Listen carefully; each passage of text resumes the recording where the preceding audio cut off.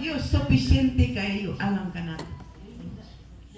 Diri atong mabasa sugdo nato sa city apan aron dili ako magmapahitason tungod sa katingalahan kaayong mga butang nga akong nakita.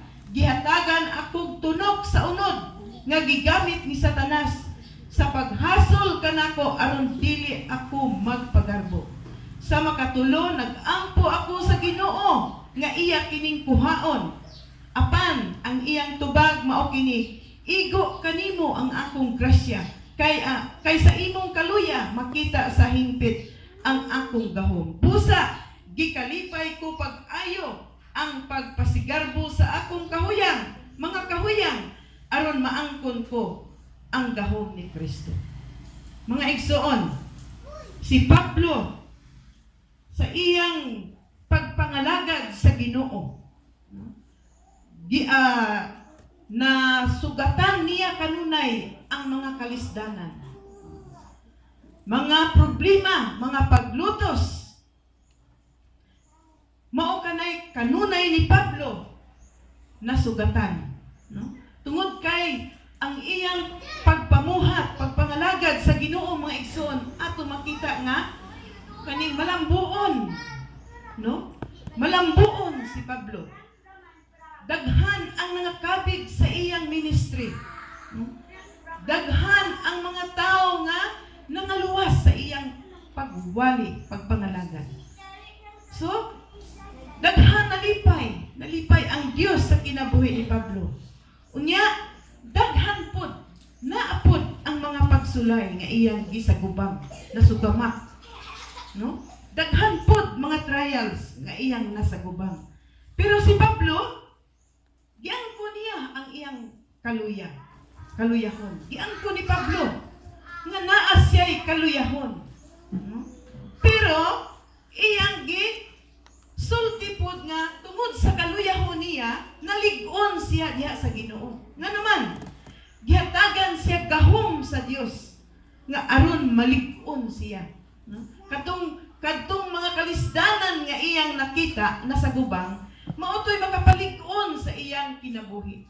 Nga naman, mutinuod man siya pagdutdot diha sa Ginoo. No? Sa diha nga naay trials niya, wa man siya mapalayo sa Ginoo. Ang iya ming duol paduol siya samot sa Ginoo. Naay mga alagad bitaw sa Ginoo nga mo kung naay problema, muingon dayon sila mutambag dut-dut sa Ginoo pagpangalagad. Magmadinot-duton sa Ginoo. Nga naman, kay kung mudut-dut ta sa Ginoo, diha nato maangkon ang kalig-on. Tungod kay naay gahom nga ihatag sa Dios. Sama kang Pablo.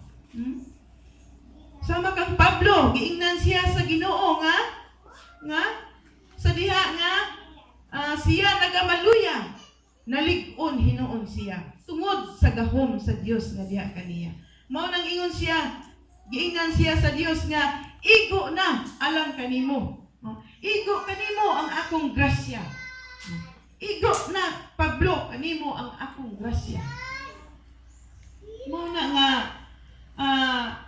atong pamalandungon kanunay mga igsoon na kining pagpangalagad sa Ginoo. No, dili ta makapasigarbo sa atong kaugalingon.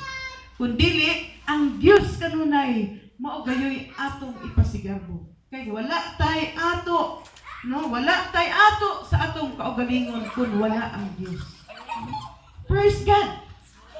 Mo bitaw nang sa buhat 17:28, si Pablo gihapon nagsulti ingon siya, kay diha kaniya kita may kinabuhi. Og nagliho og nahimong kita. Muna mga igsoon, diha sa Dios na atay kinabuhi. Kana nga kinabuhi gikan sa Dios. Gihatag sa Dios. Kinabuhi nga walay katapusan. Og nagaliho og nahimong mao kita karon nangalagad sa Ginoo. Praise God. Kay kun wala kana nga kinabuhi, wala ta karon di ta kapangalagad diha sa Ginoo. Hallelujah. Mao na nga ingon diha si Pablo, ingon ang Dios kaniya, igo na ang akong grasya alang kanimo. Hallelujah. Sunod nga kining supisente nga grasya mga igsoon. Na unsa may buot ipasabot niini. Na igo na sufisyente kaayo ang grasya sa Dios. Tungod kay ang Dios dinhi kanato gipadayag ang iyang gahom.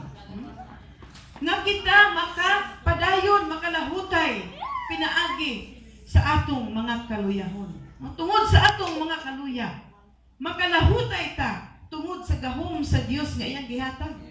Nga diha makita sa 2 Corintios 7:4, ningon si Pablo, dako kaayo ang akong pagsalig o garbo kaninyo. Sa tanan namong kalisdanan, puno gihapon ako sa kadasig o kalipay. Puno sa kadasig. Sa tanan nga kalisdanan, kalisdanan nga iyang giatubang. Wa siya maguon. So diha sa atong pagpangalagad sa Ginoo mga igsoon, daghang tag mga kalisdanan, no? Daghang tag mga problema. Pang-adlaw-adlaw problema baya na. Mga balatian problema baya na. Pero ingon si Pablo, dako kaayo ang akong pagsalig. Hallelujah. Nga garbo niya sa mga iglesia, mga magtotoo, mga igsoon, diha dito sa Corinto. Tungod kay nakita ni Pablo nga sa tanang mga kalisdanan naa kanunay ang ilang kadasig o kalipay. So, kita malipayon bata kanunay nga nangalagad sa Ginoo. Amen. Magmalipayon ta mga igsoon. Ingon ni Pablo, diha sa atong kaluya nalig-on. Nalig-on ta. Hallelujah, tungod sa gahom sa Dios nga niya kanato. Muna nga, sufisyente ang grasya sa Dios sa atong matag usa ka kinabuhi. Muna mga igsoon, pabilin lang ta kanunay diha sa Ginoo nga matinud-anon. No? Nangalagad ta nga wala ta magtan-aw mga igsoon sa uban kung dili ang atong nangalagad ta tungod kang Ginoong Hesus. Mo bitaw nang giingon niya, itutok kanunay kang Ginoong Hesus ang inyong pagtuo nga mao siya ang maghihingpit ug mag-uugmad sa inyong pagtuo. Si Ginoong Hesus ang atong focus sa atong pagpangalagad. Hallelujah. Dili ta mukontento mga igsoon kung wala ang grasya sa Ginoo.